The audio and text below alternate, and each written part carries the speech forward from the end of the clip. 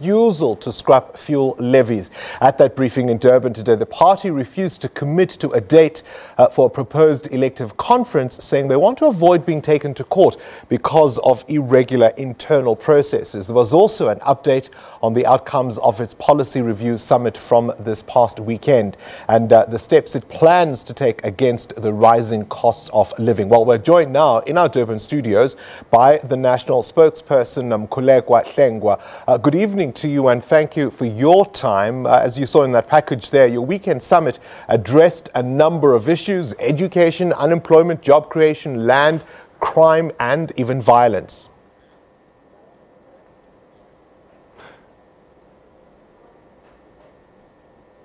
Yes, indeed, Bongani. That is the case.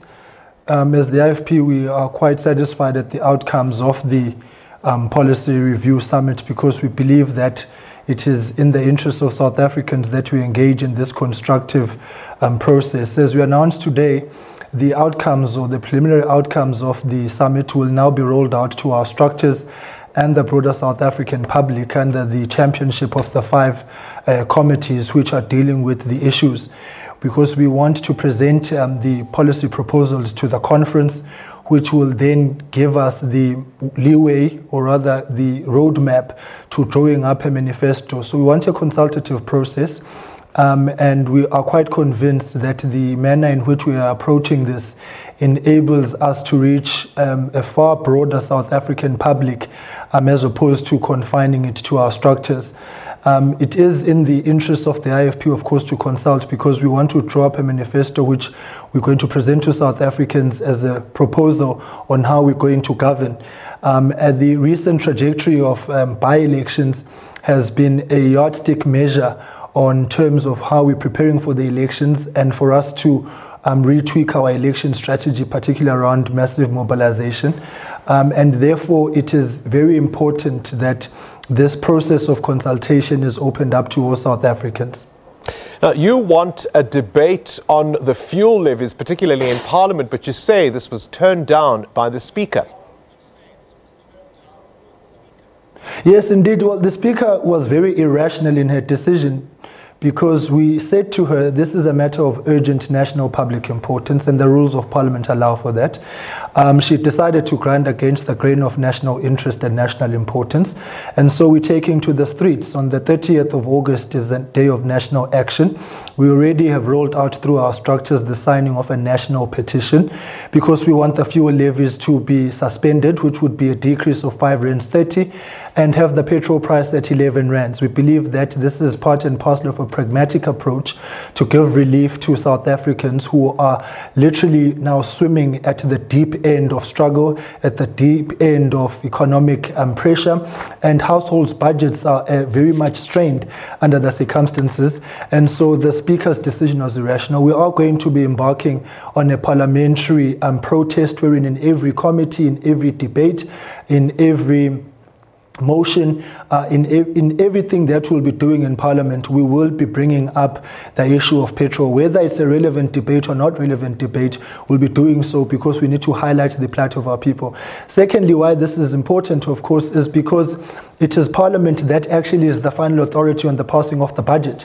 So whilst it may be presented by the executive, but the power to pass a budget rests with Parliament. So Parliament must now retake its position in the public discourse of making decisions and look at this budget and tweak it accordingly, cut the fat, belt tighten for the executive, so that we actually begin to spend pragmatically as opposed to this luxurious splurge and lavish manner in which government has been spending our money. So we are calling on all South Africans to rally behind the call of the National Day of Action on the 30th of August and to sign the petition.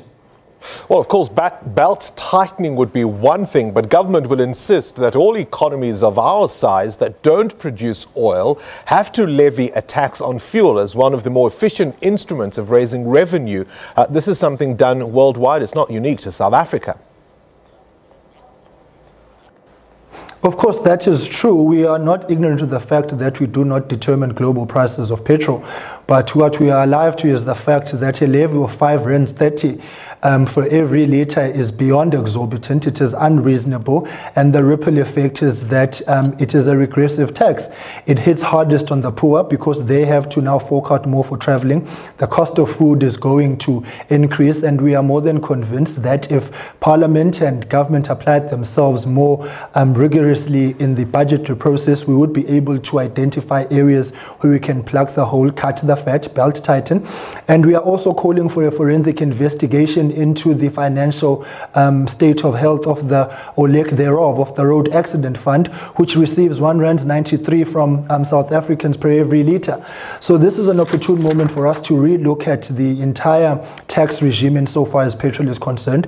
And secondly, you had a VAT increase of 1% in April this year.